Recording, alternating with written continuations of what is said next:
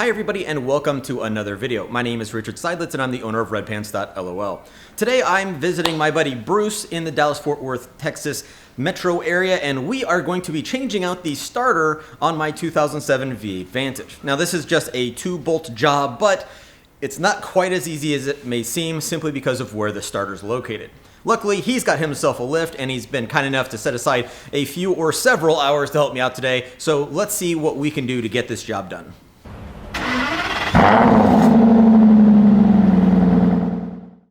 So in that introduction, I said that this was a 2-bolt job. And the reason is because the starter only has 2 bolts holding it in.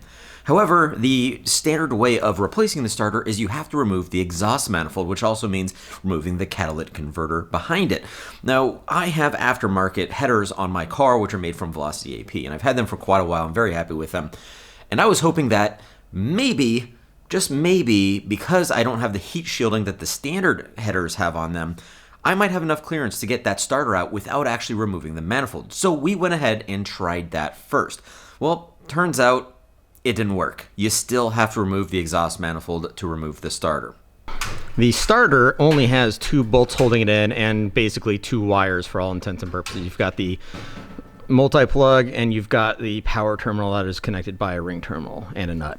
But the issue besides that is that the manifold's in the way. So step 1 for removing your starter is to actually remove your manifold first. What we have to do, and you can see this is already out. I mean, we've got the starter is completely free. It's just sitting here, but we can't really do anything with it because this part of the manifold, this runner right here, is in the way, and we need to remove the manifold to get the starter out.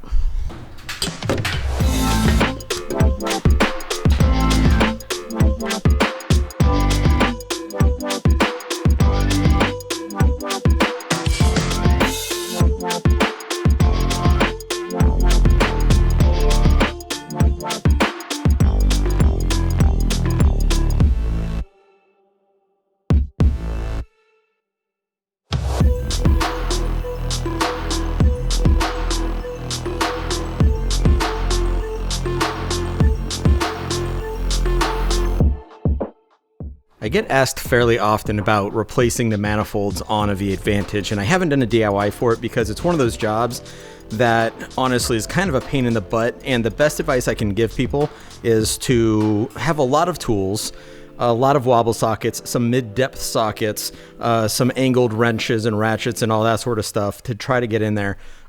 Basically every single one, and I don't know if we're going to be able to see in there too well, but every single one of the holes or studs, nuts, everything. So back here you can see they're all back there, and I know this camera isn't focusing terribly well, but there we go. You can see where they're at. Every single one requires a different tool combination to get to.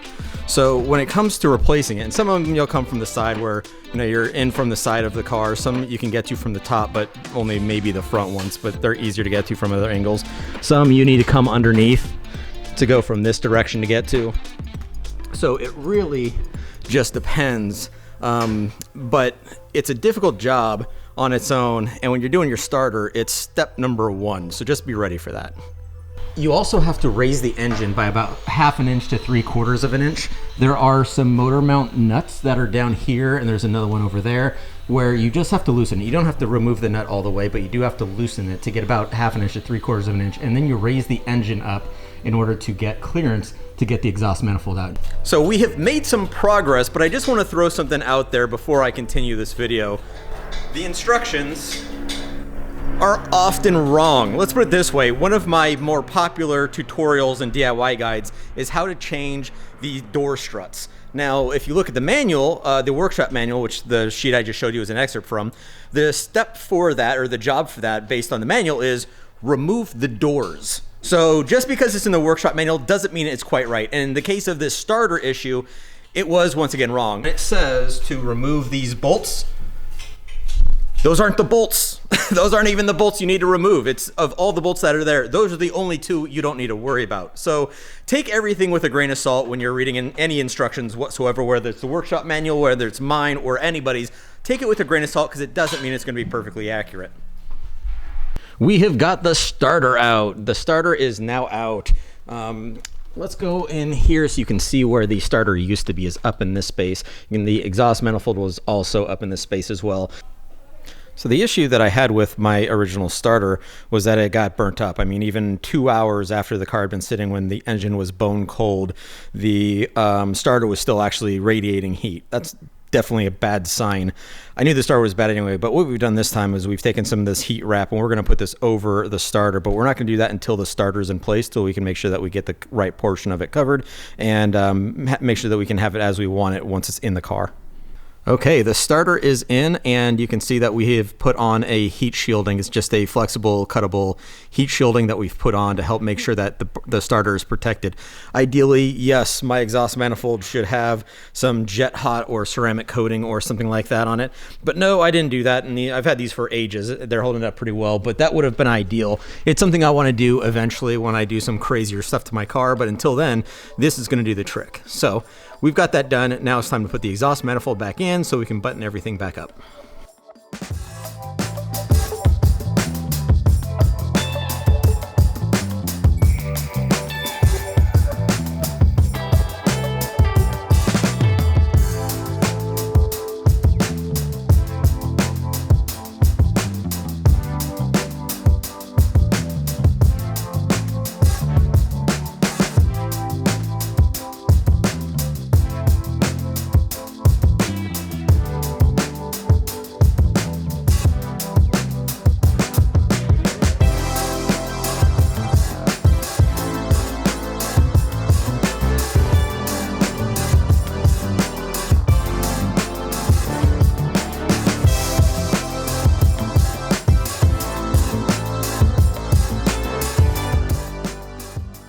So this is Bruce. He just helped me install my starter, and that was not the easiest job we've ever had. But it's par for the course for an Aston, right? You figure half an hour per bolt, and you're going to be good. That was well, unfortunately, it was a 2-bolt job that it required. But it required a lot more than that. The purpose of today's visit was actually to talk about superchargers. However, my starter was going bad, and Bruce offered to help me out with it, so we did that first. Tomorrow, we're going to come back, so you'll see Bruce in the next video, and we're going to compare our cars. As you guys know, I have a GMR supercharger in my car. It's done, I put it in about a month ago, and I went on a road trip. I've done 2,500 miles on this road trip alone, not including the mileage I put on before leaving on that road trip after installing the supercharger. His is completely different. It's an older kit that was made by ESX that's no longer available. They're both very different setups. So tomorrow in that video, we're gonna go over all the differences and what we think about supercharging Aston Martins in general. They're both really cool. They are. They're both really cool. Yeah. Stupid fast. Stupid fast. And just, yeah, worth every penny. But yeah, they're both very different. Very. So that's gonna be the next video. Until then, thanks. And if you wanna keep track of everything, he's got his channel, which is... I got two. I got Redbeard Racer, which is Redbeard Racing, and then I've got SRT10 _Dooley, which is one of my big car projects. And it's exactly what it sounds like. I'll have the links to those channels in the description below. And if you want more Aston Martin parts and information, make sure you subscribe to the channel and check out www.redpants.lol. Thanks, and we'll see you in the next video.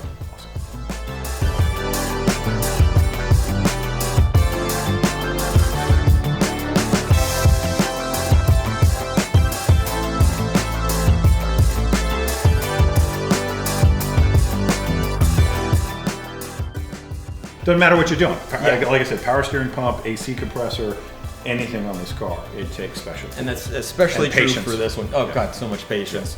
I didn't think we were going to finish today. I'm just thinking about how much it was going to get.